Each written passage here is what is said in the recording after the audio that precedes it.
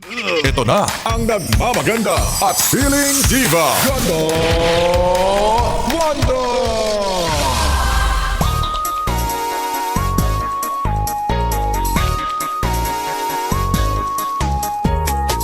Yes, friend! Ayaw na nga eh. Pinipilit mo pa. Kapag pumayag yan, ako, kailangan mong panindigan. Ready ka ba? Anyway, kasama niyo na ako. It's me. It's a girl DJ, Ganda Wanda. Para sa programang Chika. Chika ni Wanda. Lunes na Lunes, may chismis. Ang chika sa akin, maganda raw. Ang kapalaran mo ngayong Pebrero. Ay, taray. Bali-balita na magbabayad na raw ng utang ang taong may utang sa'yo. Pero, sisiraan ka niya sa ibang tao. Ipagkakalat niya na walang-wala ka na daw talaga at naghihirap ka na. Papayag ka ba? At sabi rin dito, maganda rin ang kapalaran ng mga taong umiwas na sa chismis. Pero, ngayon, ikaw naman ang pinag-uusapan.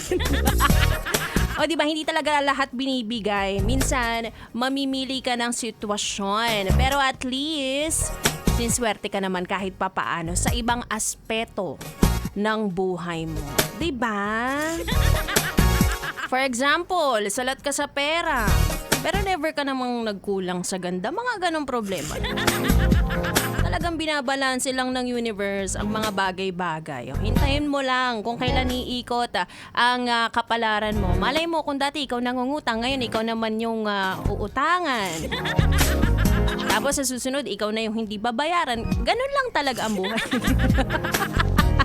Minsan nasa taas ka, minsan nasa baba, minsan nasa second floor, minsan nasa elevator.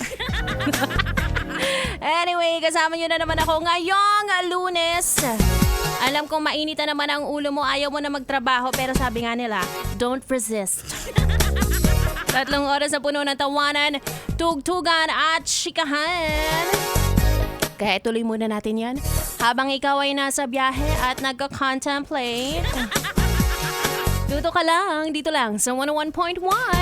Yes, FM Solid.